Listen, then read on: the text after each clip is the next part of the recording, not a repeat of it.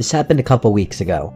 I work the night shift at Walmart. It's not the worst job in the world, but after a while, it starts to feel like you're just floating through time. The nights blend together. Same shelves, same routine, same dull hum of the overhead lights. Hopefully something better comes along. I usually hang out in and stock the electronics section, which is nice because it's quieter than the other areas.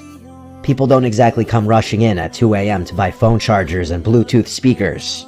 Most of the customers are either night owls killing time or truckers grabbing last-minute supplies before heading back on the road. That's why I noticed him. At first, I didn't think much of it. Just another guy wandering the aisles, probably waiting for someone. But after a few minutes, I realized he wasn't shopping. He wasn't even pretending to. He just kept appearing. Every time I glanced up, he was lingering nearby, hovering in the next aisle over, or standing a little too still by the clearance section. He wasn't looking at anything. He was just standing there, watching me. I told myself I was overthinking it. The store is big, and maybe he was just taking his time. But the way he moved, always just close enough for me to notice, never actually picking anything up, it set something deep in my gut on edge. I was waiting for him to just get on with it and ask for my number, but he never approached me. It was like he wanted me to see him, which didn't make any sense to me. I went to radio someone about it, but realized that the batteries in my radio must have been dead because it wasn't working. Eventually, I started debating whether I should go find a manager when I felt a hand wrap around my arm. I nearly jumped out of my skin, but before I could react, a woman's voice rang out loud, friendly, overly familiar. She exclaimed, "There you are," before going on a little spiel about how she had been looking all over for me.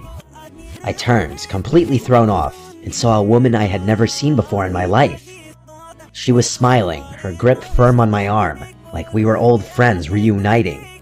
Before I could say anything, she leaned in and whispered, her tone dropping to something low and urgent.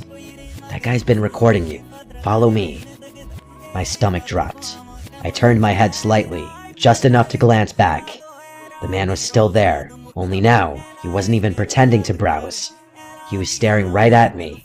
A cold wave of fear crept over me. I let her pull me. I didn't even question it.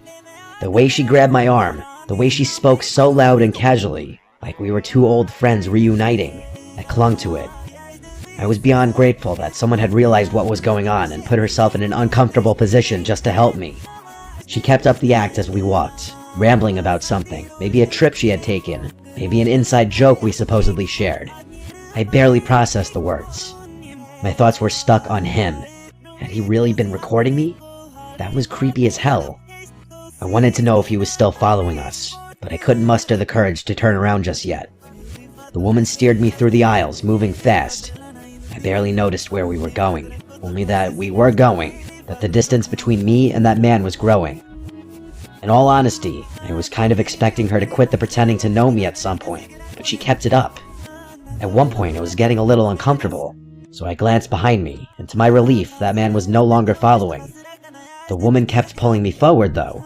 I told her that we were good now, and that we should probably go find my manager, but she just squeezed my arm tighter, telling me that he was lurking somewhere. I thought to myself, so what?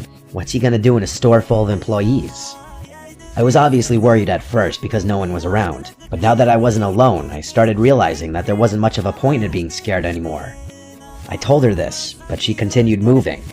I told her I was serious and planted my feet, twisting my arm slightly to loosen her grip. "You can let go now," I said, but she didn't.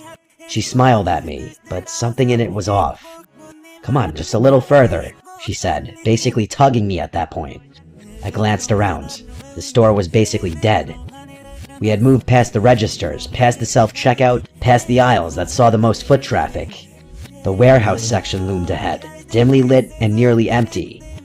Beyond that was the side exit, the one without cameras, the one employees used for loading shipments. That's when it dawned on me. She was leading me straight to the exit. I didn't think. I screamed for help as I yanked my arm free of her grasp with all my might. She lost her grip just enough for me to pull free. I didn't waste another second. I turned and ran toward the front of the store. As I fled, she yelled out something behind me.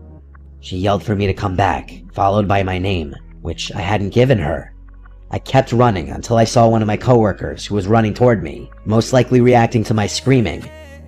I told him to call security, which he promptly did. That woman was long gone though. By the time I told my story to the security guards, that woman and that man were nowhere in sight. They reviewed the security footage, and just as I suspected, the woman and man walked into the store together. She had been with him the entire time. The man's face was clear as day in one of the frames, but hers was always turned away. I had a feeling she was the mastermind behind the whole thing, so I was infuriated that the cameras hadn't picked her face up.